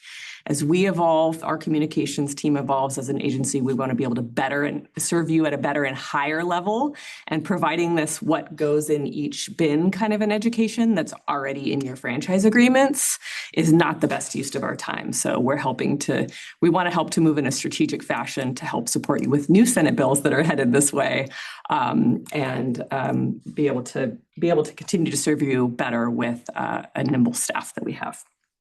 So we'll be looking to transition. We're going to keep the branding. We heard from our TAC representatives, we want to keep the what goes where branding. We're going to keep the URL, update the website, and point each of your constituents to a new website that will allow them to get to their hauler if they're not sure who their hauler is. So that was an effort that we as a group came together and decided was the best outcome. And there's other resources that the haulers are continually providing to the public, which is very nice. With that concludes my report. Thank you. So it doesn't on the Green Waste app, don't they have a what goes where portion to their app? So we just need to kind of get used to using the hauler app to find these answers, right? That's accurate. Yeah, the Green Waste just recently introduced an app that has a what goes where function within it. So not duplicating those efforts was also very important. That serves 7 of the 9 member agencies here. And I think the city of Monterey and the county of Monterey, who are not served by Green Waste, are looking at other resources to be able to provide a similar level of education to their constituents. And that may be in concert with some of the member agencies in the Salinas Valley area who are also served by Waste Management and Monterey or Tri-Cities Disposal. Yeah. Okay. Yeah. Great. Thank you. Any questions for Zoe? Okay. Thank you. Zoe. Appreciate it. I guess you're back up with the 2030 collection franchise planning update. Yes, this is a good one. I'm so happy. Last April, when your board recommended the participating member agency elected bodies approve the this is a mouthful, approved the franchise tax subgroup's recommendation to initiate a competitive RFP process. HF&H consultants, ReGen staff, haulers in your service area attended public meetings to shepherd the approvals through each of your councils and elected bodies. So I want to thank first HF&H, Rob Hilton and Sarah Peral, who gave those presentations at the member agencies. I think they did an excellent job fielding all of the questions and representing the item well. Kristen O'Hara and myself from our team were in attendance at all of those meetings as well. Nick Becker, as our chair of the TAC franchise subgroup from Pebble Beach Community Services District, as the general manager, attended I think maybe all but one of those meetings. That was amazing. It was a fantastic support to have Nick as the chair of that committee and a staff member who's been really engaged on this item, be a voice for this process. Haulers all being present, and then also to each of you for your leadership. I know you've heard this item from me a few different times, and to have you all as subject matter experts at those councils and boards really made a big difference in making sure that the choices that were made were the correct choices for your individual jurisdictions. So thank you all. So following that process, each of your participating member agencies approved the recommendation for RFP. This will allow Green Waste Recovery and other service providers to compete for the new franchise beginning in 2030. Most also approved the process integrity policy, as did this board, which is fantastic.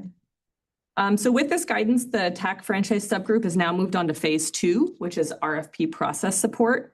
This phase will be incorporating public feedback. We received some of that at some of the council meetings, but we'll continue to garner more public feedback, feedback from your council, your staff, and we'll want to wrap up all of that feedback into the next solicitation. So this will be laying the groundwork for the formal RFP solicitation, and this phase will last approximately 6 months. What I would like to request from each of you is that any feedback that you hear as a part of your role as elected officials, or you have as a part of your role, to have that go through your TAC representative. So since we have 7 different member agencies that are being heard, your TAC representatives that are sitting on this franchise RFP subgroup will be those kind of lightning rods for each of your cities to ensure that the items that are most important to your constituents are heard as a part of the collective group. So I printed out an email that I had sent back in March, which includes your TAC representatives. If any of you are curious who your representatives are, do not know, that's a good guideline to know who to bring that feedback to. So we'll be looking forward to going through that second process, phase 2 of RFP process support. Next, happy to take any questions. Thanks. Thank you. Questions for Zoe on this item?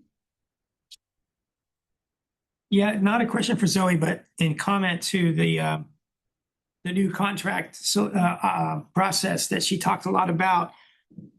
When we had her and others present at our city council on that tour, they went to all the cities, and all the cities agreed and voted the same way to go to an RFP for a competitive bidding process.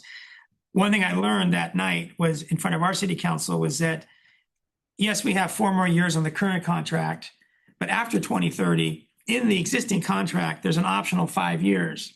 So that if we're not happy, if let's say the city marina is not happy with the end result of the RFP process where we pick, the next vendor for the next 10 years, if we think we can get a better deal going it alone with Green Waste for 5 years because they're willing to, reduce prices or whatever, make it better than what the other hauler would do, we have that option. Not that we would take that option because likely it's the bulk discount we all get by staying together with one hauler. So likely Marina is going to go with all the other agencies, just like all the other agencies have always stuck together in this process. But it was news to me, that for the next 9 years, potentially we still could have Green Waste Recovery. We like them, if we can afford them, if they're a better deal in some way that makes it worthwhile to keep them. And I didn't know about that option before. Others of you may have known that. I just didn't know. The other thing I wanted to say is Zoe just talked about community feedback going to our TAC representatives so that they could represent our cities, in the next, few years of going through this process. And we had a lightning rod person from the community give us feedback recently. She runs she's a property manager of an apartment complex. And boy, she was so mad for the last 3 or 4 years because her point is that there's a lot of inequity where renters are getting the shaft compared to property owners, single home owners. And so it was kind of crazy that there were 10 people who came together to sit down with her for about 2 hours a couple weeks ago in the Marina City Council chambers, just an informal meeting. But there were 4 people from Green Waste. There was, I think, 2. Zoe was there from us. Was Kristen there? Kristen was there. Zoe and Kristen were there from this agency. 4 city officials were there, including the director of public works, the assistant director of public works, the superintendent of public works, and some of them. I think our TAC representative, Cassandra, was there. So we had like 10 people to meet with this one woman who had a beef with the rates that she and all multifamily residents pay. Her point was Seaside, PG, Marina, all these cities are charging multifamily accounts 2 to 4 times what they're charging a single homeowner account, which on its face looks inequitable. But that's account holder to account holder. And when you divide the multifamily with the number of apartments that are there, those apartment residents are paying a lot less than the single family homeowner. But that's not so much my point. More my point is that there's an opportunity in the next year or two to delve into the grandfathered rate structure that we got in 2014. It was just rolled over from waste management to green waste without any real, scrutiny of all that stuff that went into it. So we just took waste management and then we started adding services that we wanted and inflation every year or CPI every year. But we still have a base structure that's based on 2014 and earlier years that may be inequitable, maybe it's not. And so we have a chance to, that's why the feedback is important. We have a chance to look at the underlying rate structure and philosophy is before just copying and pasting it for the next 10 years.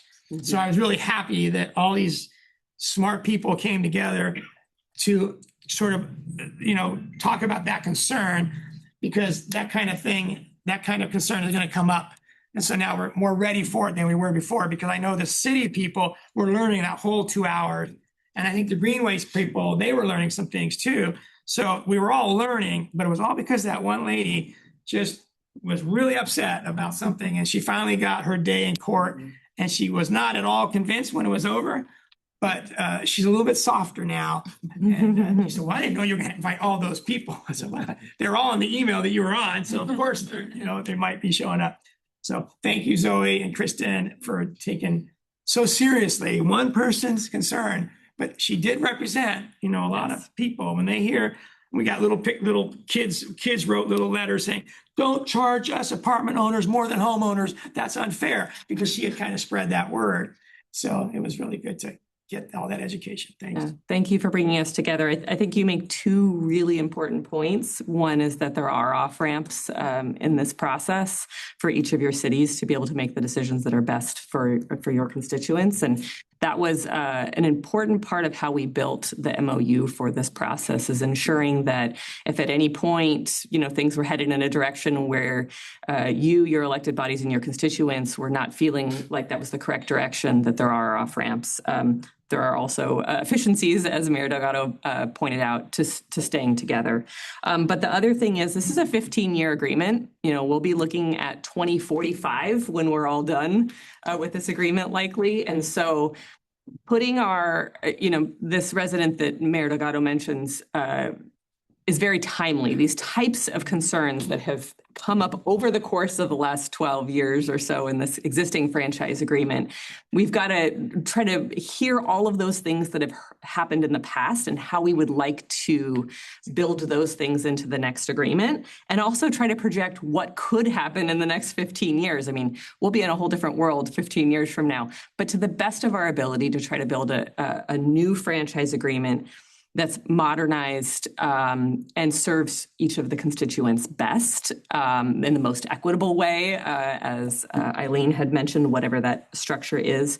This is the time right now to be speaking with your TAC representatives, speaking to your community members, and gathering that feedback about what you all would like to see in that next agreement, because that collective feedback is what will help generate this draft RFP solicitation. So thanks again for those comments, Mayor. Thank you. Any other comments on this item? Thanks again for all your work on this, Zoe. Appreciate it. All right, we'll move into 8C, which is our financial report for May 2026. We'll round it out and then the fun will begin. So just very simply, we have seen month over month throughout the whole fiscal year a drop in our projected revenue over what our actuals are coming out to. But the same also goes for our operating expense. So sometimes two wrongs does make a right, in that we have less revenue, we also have less expenses outflow. And so we do show a net positive of approximately 2.5 million higher than what was budgeted. We know in the coming year, we've already started to try to refine, align, right size some of these projections. Tonnage was always projected at a higher increase, and we are staying stagnant for the new year. So we're already trying to align some of those things. That's the overview. All right, thank you. Questions for Dana? No? All right. Good, thank you. We'll move on to general manager communications. Thank you, Chair. I'm going to try to get through these really quick because I know we have closed session item. ReGen Monterey edible food recovery program featured in the Edible Monterey Bay. The article also highlights the agency's partnership to help the cities, businesses, nonprofits, recoverable edible food through annual grants and the Carrot Food Sharing app. Very important that we continue to put our position out there in the public with our programs. Second item I have is I was able to attend presentation at Monterey Peninsula Chamber of Commerce. I got to sit on a panel and I got to share our highlights of our public services, our environmental stewardship, our innovative technologies, and our future plans. I think we were the highlight of the discussion that morning. There is 44 special districts in Monterey County, and we got to learn what a special district is and is not at that function. It was a great opportunity for us to showcase what we do for the community. As Vice Chair Delgado talked about, we did have a tour with the city of Marina. He was accompanied by Council Member Kathy Biala, and then the Marina Public Works Director, Ismael Hernandez. I think we were pleased to hear from Ismael Hernandez, who has extensive experience in solid waste industry, that we have one of the cleanest landfill facilities he has ever seen. And comments like that remind us that we are unique, world-class, changing the world. I love that comment there. And that we're proudly serving the county for over 75 years. This is our 75th anniversary. And one reflection from Council Member Biala was, it was just amazing to see what we're doing here, that she wasn't able to see that from her seat on the council.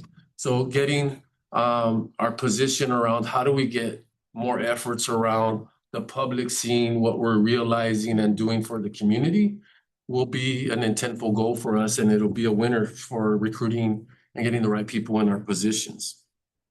And lastly, thank you, Chair Delgado, for all the compliments to our team that's out here. I didn't specifically bring them in here because of the annual rate changes for them. I brought them in here for a special thanks. I brought them in here because they're the team. Over the last 6 months, we've asked a lot of this leadership team and the frontline employees with multiple crucial vacancies across the enterprise. Many of them have taken additional opportunities and responsibilities, covered gaps, supported the staff in endeavors, and kept things moving forward without skipping a beat. Through it all, they stayed positive, professional, collaborative, and committed to serving ReGen Monterey, never faltering, never complaining about the additional work, never complaining about the vacancies, just willing to get it done. I'd like to take some time to recognize just how much effort that has taken. Thank each of you for your hard work and your dedication and contributions to ReGen. The board has seen the results of your efforts. I want them to have the opportunity to recognize the incredible work you guys continue to perform. The employees that have less than 5 years, the employees that have 20 to 30 years service, all contributing for the same purpose. You've done it with diligence, the supervisors, the managers, and the workforce just getting it done. I'm so very grateful for everything you've done and continue to do for this organization. I'm proud for the work that you guys do, and I'm proud to be alongside of you and being the dedicated team that we are today. Thank you guys so much for coming to today's meeting. I'm hoping that we can all rendezvous while the board continues in closed session so we can take a group photo. As Eric mentioned today, it is a national recognition for what we do here at ReGen. Thank you again, and I would appreciate any comments that the board would have for our team that has stepped to the plate. At one point, I was not sure if we could accomplish a budget, bargaining, and a new rate structure to continue to move this organization in the direction that we want it to be in. We are approaching the world class. For many of you, it's just in your DNA to be world class. I appreciate all the efforts, from our operators to our HHW facility, to our MRF maintenance, our workforce, our supervisors, our safety team. Alejandro back out there stepping in for some vacancy positions. Vic, Efrain, Sally, Maura. Maura's another product of, working their way through. Jessica, Yesenia, Giselle, Fatima. Who else have I missed? Rocio, Anthony, David, Mikey Alaman, Leo, Jose. Just a complete feat that was, you could have said, could have been more difficult than what it was. They kept the operations running so that we could continue to build the budget, be responsible for what we want to get completed in the next fiscal year. I can't give you guys enough attributes of what you guys' contribution is for the organization. Thank you for the many efforts that you guys have demonstrated to the organization and to the board that supports your guys' pathway. Thank you.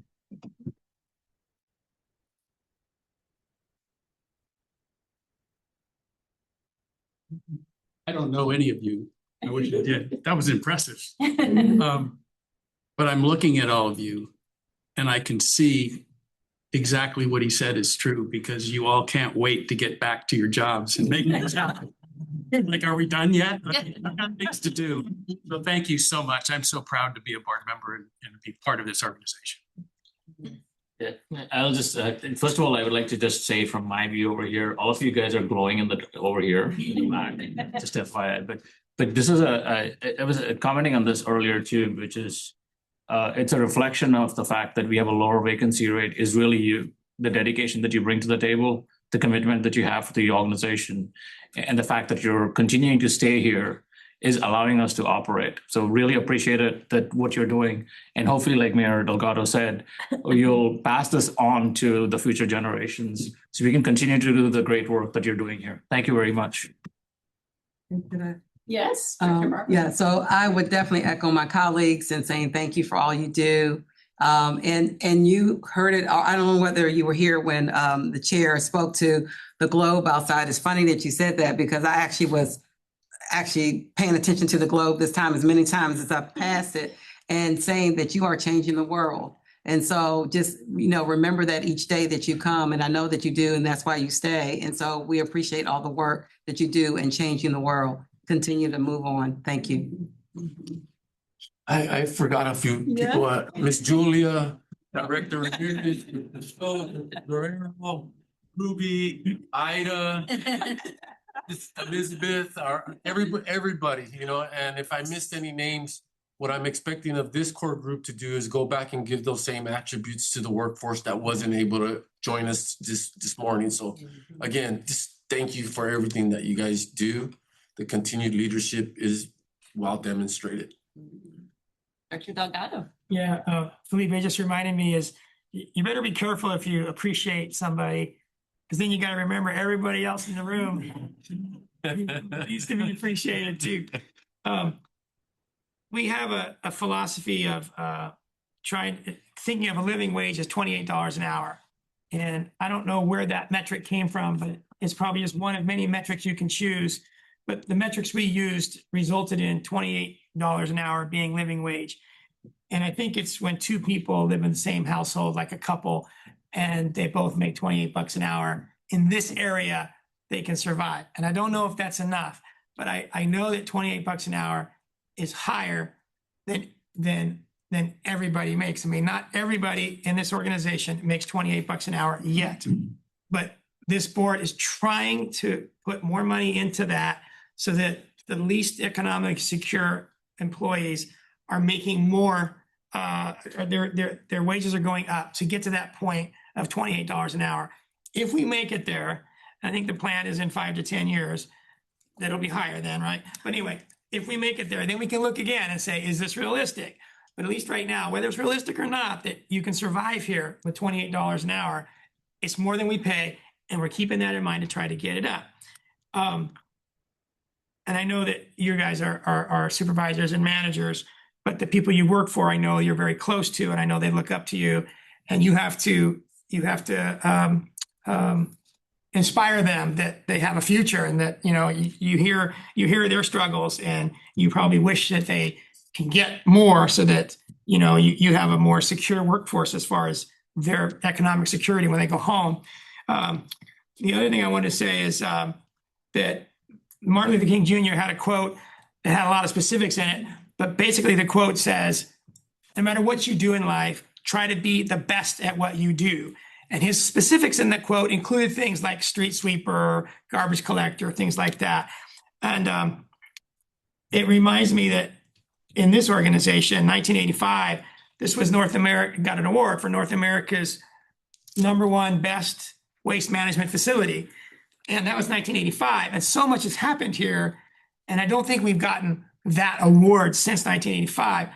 But sometimes I wonder, would we if it was being given out? Because we have definitely stayed on the cutting edge. Okay, so who's we? You know, we stayed on the cutting edge. It's not me, I'm a board member. It's you guys who are supervising, managing, and making sure that these different components that make this the Disneyland of dumps is working at a high level. And so I just want to say, I hope that it's hard to be aware of it when you're doing it every day. So this is a chance for me to say, I hope you're aware of what you represent and the quality that you bring to our community. You know, that we throw it away and you're the away, and you all to collectively make sure that we do the best we can with all of these resources that are, you know, coming your way. And, you know, I just love being on this board because of all that you do. It's just great to learn about it, be part of it, and drive through and participate, drop my stuff off, do what customers do. But just know that, you know, every day you guys are in the grind, everyone else is benefiting from your work. Yeah, thank you. Nice words, Director Delgado. And I want to thank Felipe for bringing you all in. It was so fun to see you all walk into this board meeting. You definitely bring color and life to it. So thank you, because this has been some difficult months that we've had, and you have all stepped in. And I think it says a lot about your integrity and who you are. And I think this is a really special place, but this is a special place because of all of you. So thank you very much for your work. Appreciate it. Thank you, Chair. Okay, any further board communications? We've said a lot. Okay. So next we're going to be going into closed session. We only have one item in closed session, and that's going to be the public employee performance evaluation for our general manager. Thanks, you guys. As to item 12, part 1, public employee performance evaluation of the general manager, there is no action to report. Okay, great. Thank you. I'll go ahead and adjourn this meeting, and our next meeting will be we won't have a July 24th meeting, and we'll meet August 21st. See you in August. Thanks, everyone.